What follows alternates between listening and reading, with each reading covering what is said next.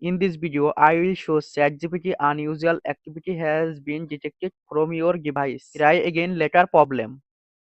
Go to phone setting, scroll down, click on app management, click on app list,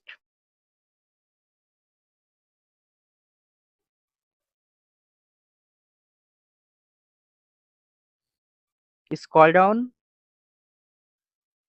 click on ChatGPT,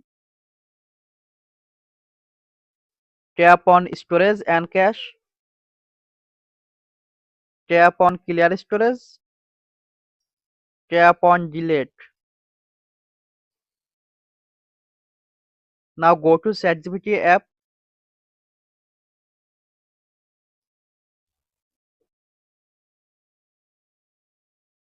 problem solved. Thanks for watching. Don't forget like and subscribe.